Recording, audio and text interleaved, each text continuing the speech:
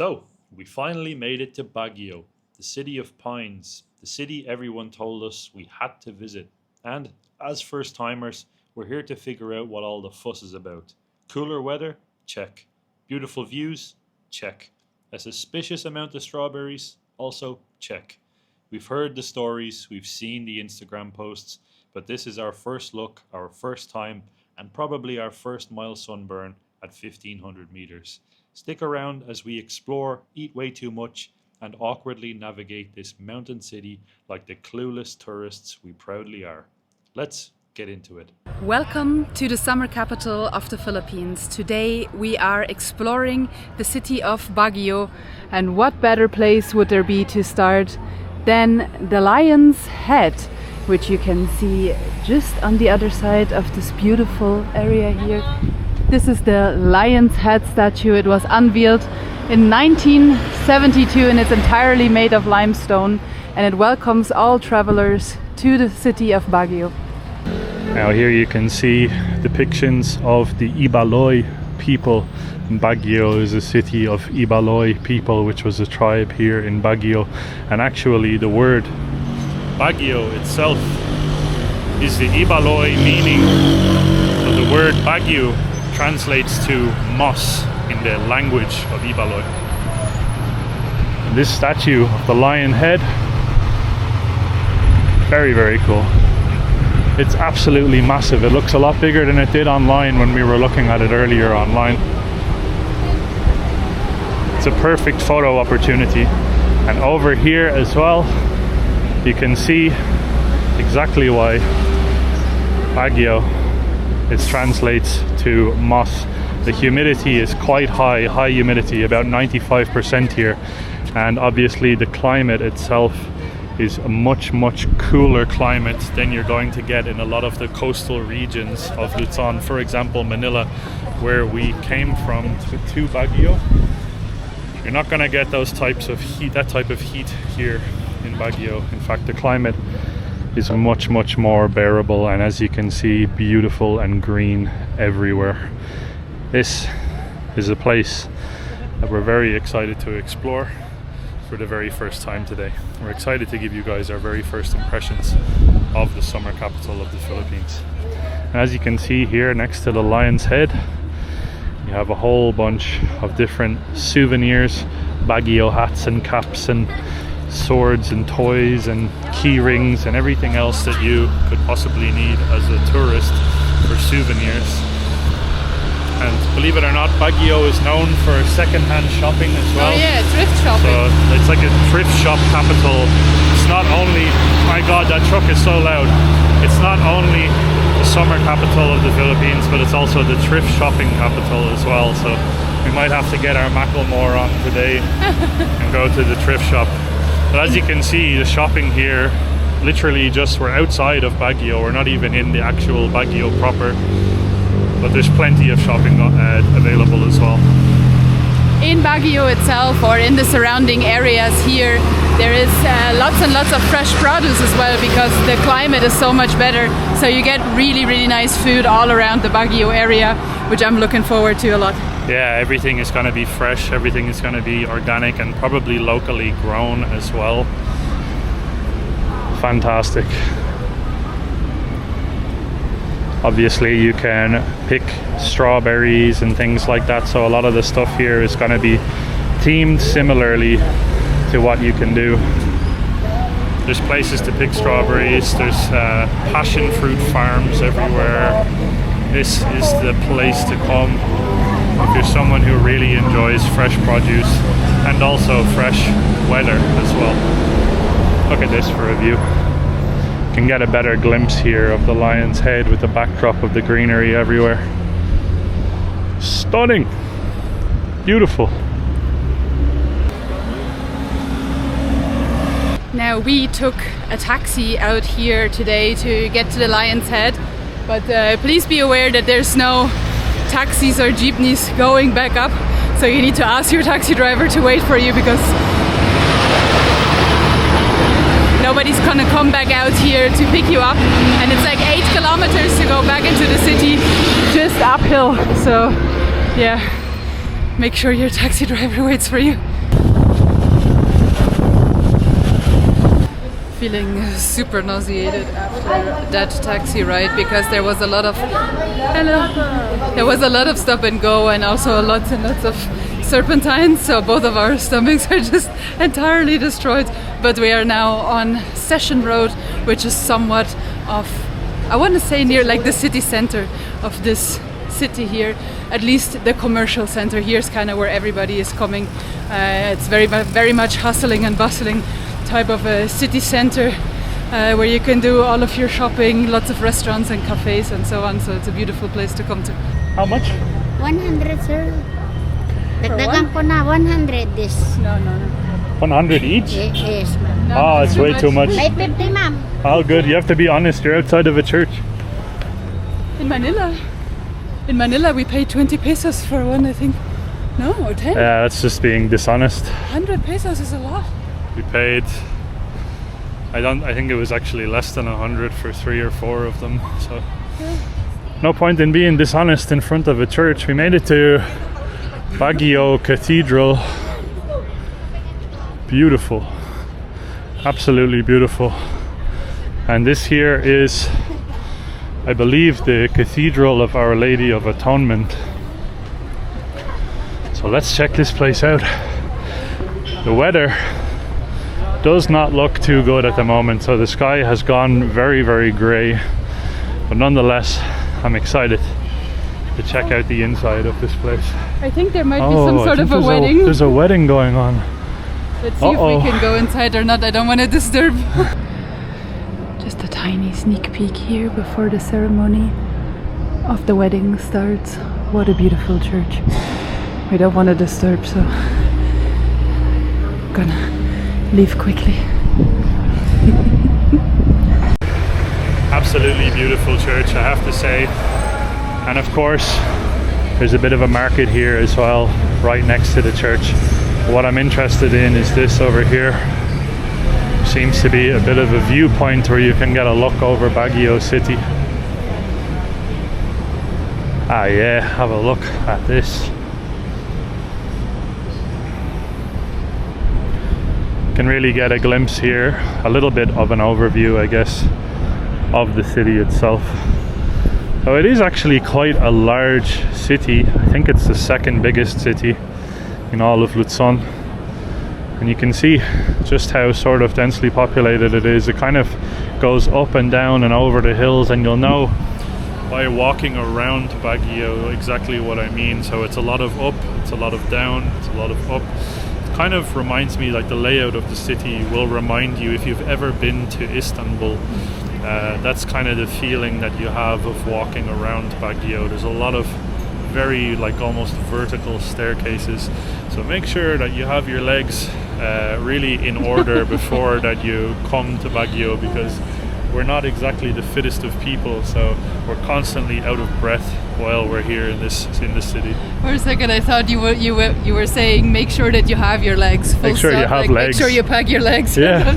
If you don't have legs, you might have a problem. You'll have an issue here in Baguio.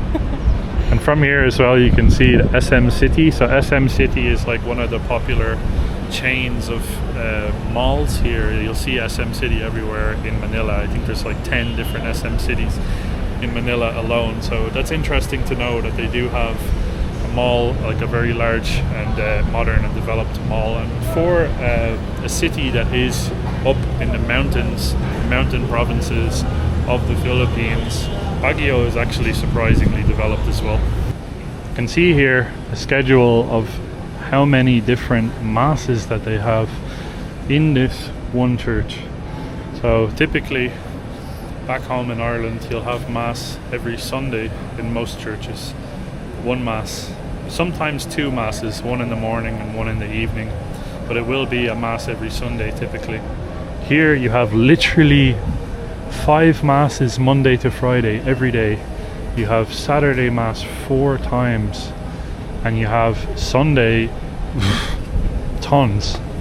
So in terms of choice of which one that you actually want to attend, this is unbelievable.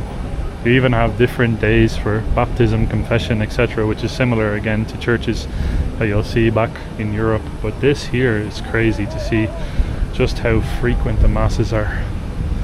And here you have a staircase that's used to actually access the church. It's like I was just talking about, actually, pretty much almost a vertical staircase that comes from Session Road all the way up here, and all the way along you have these beautiful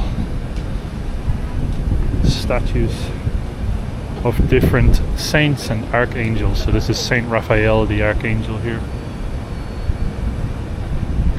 Different archangels protecting the church. Very beautiful. I have to say, Baguio is definitely surprising us so far in terms of like a first impression or a first look at this city. It is a very enjoyable place to explore. There's a lot of charm here in Baguio.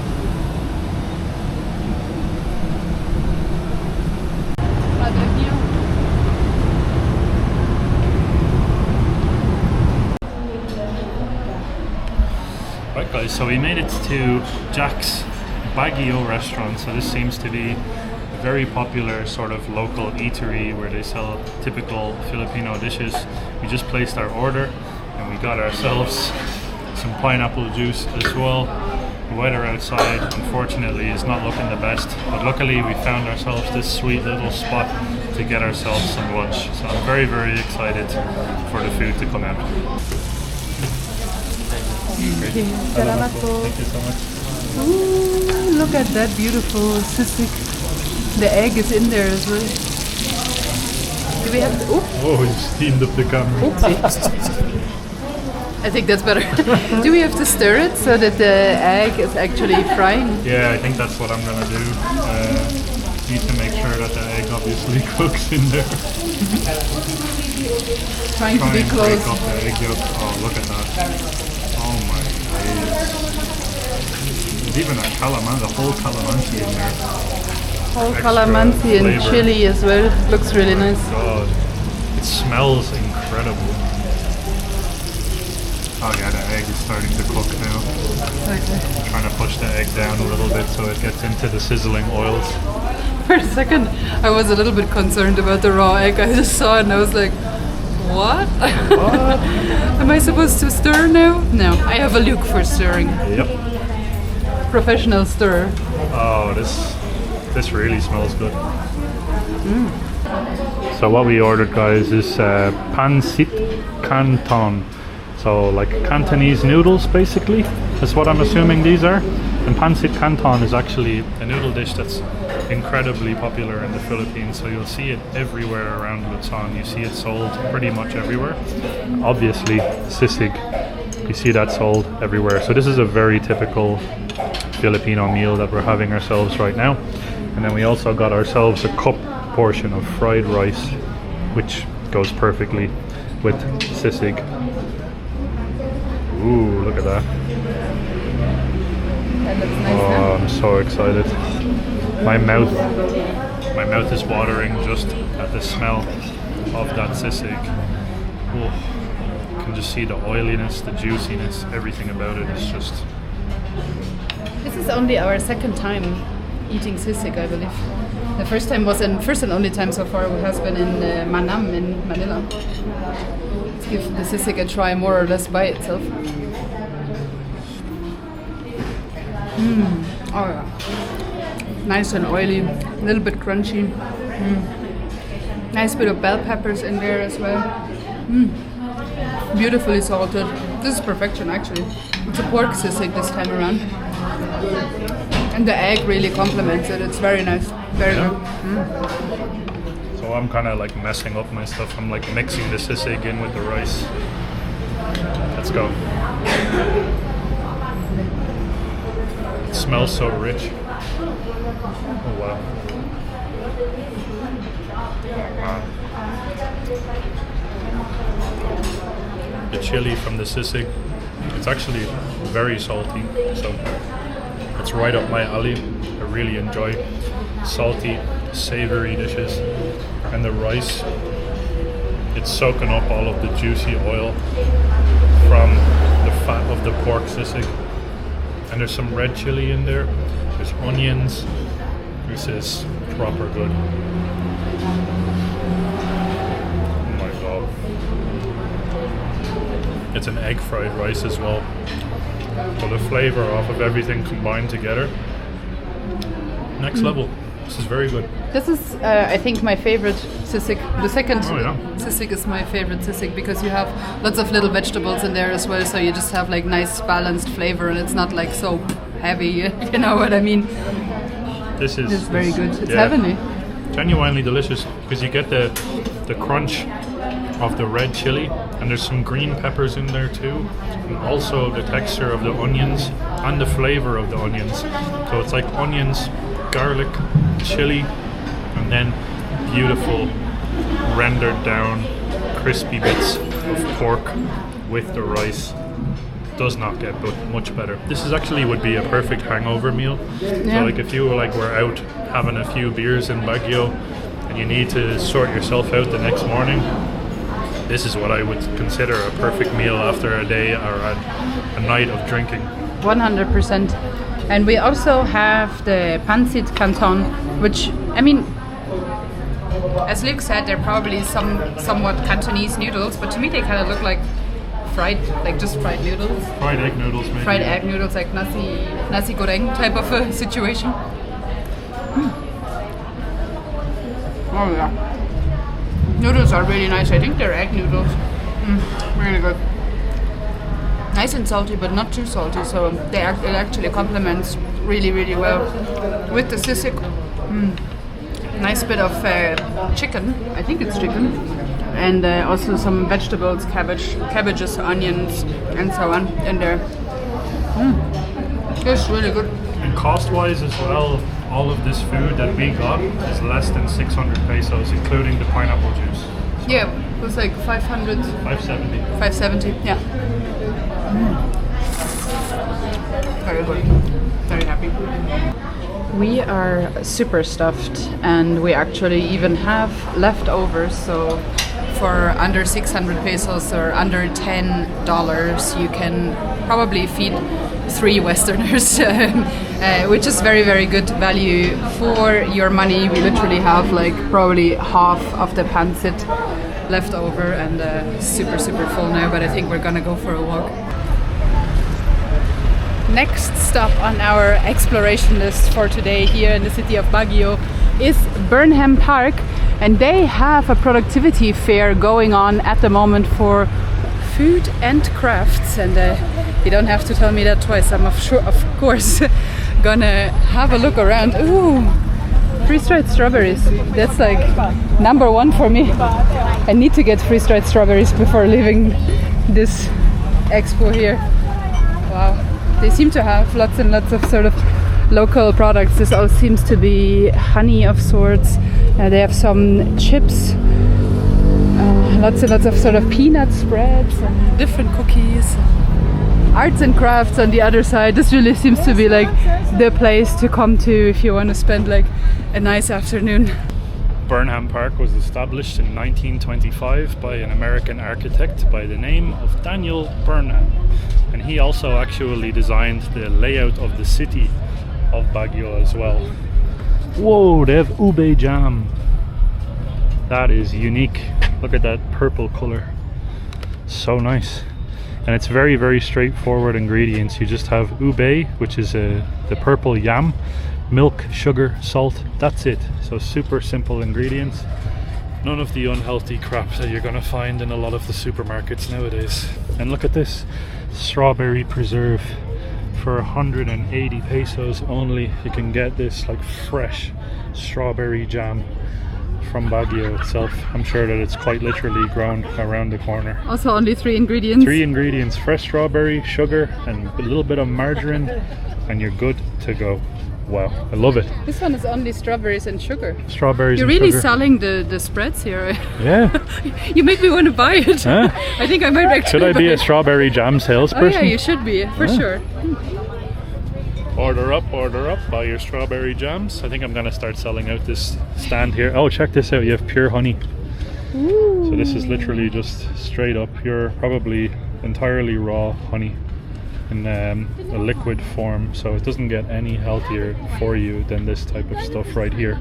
You have cocoa jam, So I'm assuming I've never seen that before, actually. Yeah, Coco Jumbo. Yeah, it must be like just straight up coconut, similar to what they do with strawberries. They just turn the coconut into a jam. I've never even thought that was possible, if I'm being entirely honest. Very, very interesting place. Oh, peanut brittle too. I love this stuff.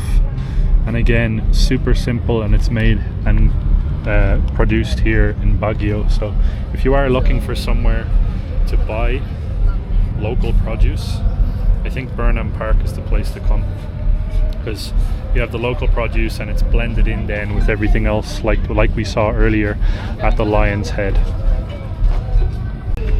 I'm sure there's more than 2 ingredients in a mango cheesecake smoothie, but it sounds awfully good.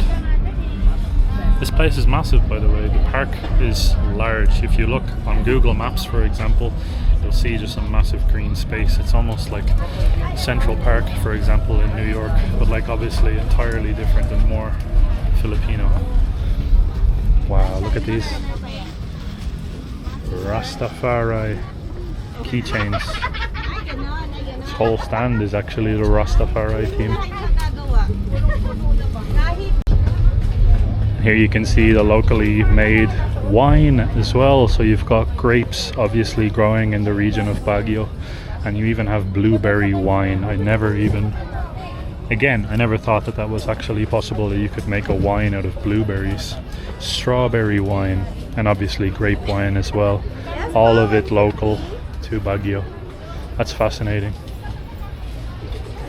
And it's really not expensive. It's 100 pesos. For it's 100 pesos for a bottle of wine. 150. Yeah. It's €2 and a little bit. I'm sure they're good. Yeah, I'll get them. Wait, hold on to them for a second so I can look for money. Found some freeze-dried strawberries. So. Freeze-dried candies. Yeah. These here are actually from the Marcos Highway. That's actually the highway that we came into Baguio from Manila. That's where these have been produced. That's 150. I'm really enjoying this market here. It's perfect because you're directly supporting local people of Baguio, and you're also getting an amazing produce for very little money as well. And I have freeze-dried strawberries. Yeah. So I couldn't be a happier person right now. Actually, everywhere that I go, the second that I see freeze-dried strawberries, I have to buy them. Yeah. Every time. Wait a second. I'm gonna give you an ASMR. ASMR of the strawberries. Freeze-dried strawberry. Ooh. Wow. Oh, that's good. Oh. Yeah, I'll try one as well. That's the perfect, like, vibrant red color as well. Hello. Hi. Oh wow. There's some live music up ahead as well. It's a happening place here. Hello. How are you? Hey, how are you? Nice to meet you. Have a good day. I'm excited for this live music now up here. I can hear it. There's nothing better. Live music at a park. Freeze-dried strawberries. Hello. It's all happening. Very nice. Happy. So tasty. Yeah, unreal. Good value too. In Burnham Park you can also rent one of these beautiful paddle boats here and kind of boat around the local lake. It's not super massive and there's lots and lots of people around, but it still looks like people are having a good time. If you're sort of maybe bringing your own snacks or something like that, just hop on a boat and then just shipper around the lake, if you will. I think it's a nice sort of afternoon activity.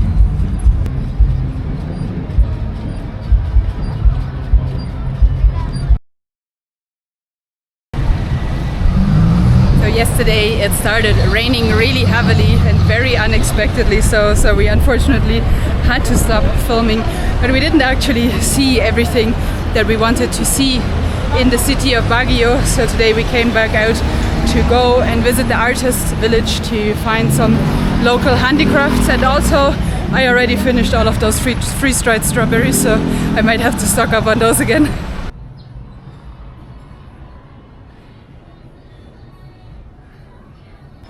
Well guys, check this place out. So it is a proper crazy creation. So you have quite literally trees that are growing out of the concrete, and what they've done, from what it looks like, is taken many different parts from all over the place and just sort of constructed this place within the natural growth from the trees and the plants and everywhere around. And from what it looks like, they've actually built like cafes and bistros and restaurants, and sort of like a watering hole area where you can go in and have yourself some coffee or just basically explore the area. And check this out, it's beautiful. Need to be very careful not to hit your head. Oh yeah. Wow, have a look at this. Looks like there's lots of little shops. So here you have some like leather production shops, some cafes, some bistros. Yeah. Oh yeah, you can see some handmade stuff in there. I love it. This is beautiful. And the light from outside, just sort of like you can see, it just naturally comes through here. Even everything down to the floor is quite literally just crafted together. Every part of this place has been thought about.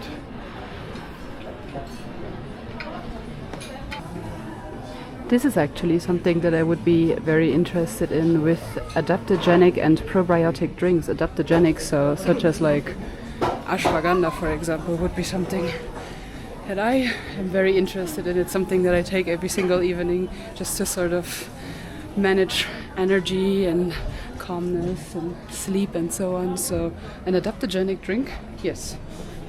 A vegan burger? No.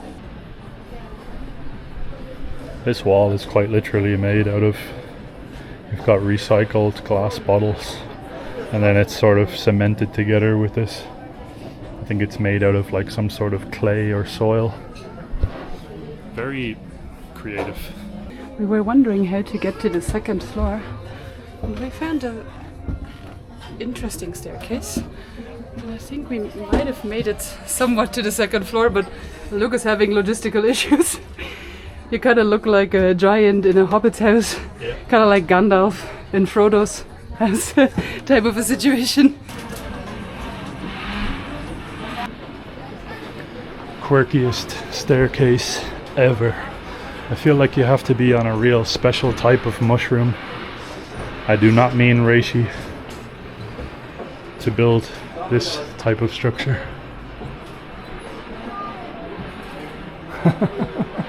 Crazy. Every single thing is entirely just created by hand, and it is so funky. Seems to be a version of the Filipino flag with recycled materials. How cool is that? Oh my god, it's terrifying to be walking over this.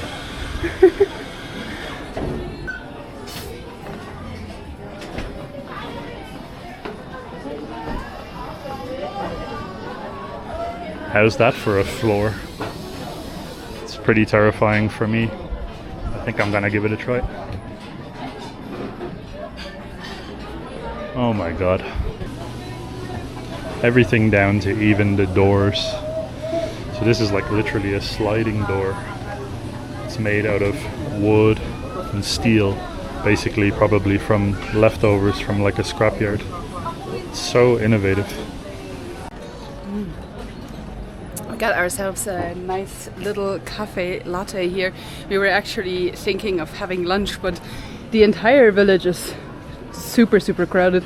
Like there's not a single table available in the entire thing. We were like walking around for a little while kind of thinking, oh, is there something cool that we could try and have for lunch, but there was no chance whatsoever. So we're okay with the coffee, and maybe we're gonna go somewhere else and have a little lunch. The place was absolutely jam-packed, and I can see why. It's a beautiful, creative space where I think a lot of different artists sort of collaborated together and made something very beautiful, and something that's, I think, lacking in a lot of other countries, unfortunately. Ireland, for example, speaking a lot of Europe, actually, a lot of mainland Europe, where you will see very creative projects like that. Like Germany, you'll see it. Hungary, Budapest, for example, you'll see it. Ireland is missing it. So if there's any people in Ireland watching this, get to work. It's a very inspirational place as well. I was kind of looking around thinking, like, if we ever had a house in the future, how would I decorate it? And that would for sure be a way of decorating it, with all of the little broken tiles where you kind of put mosaics together, color-coded and so on. Really cool.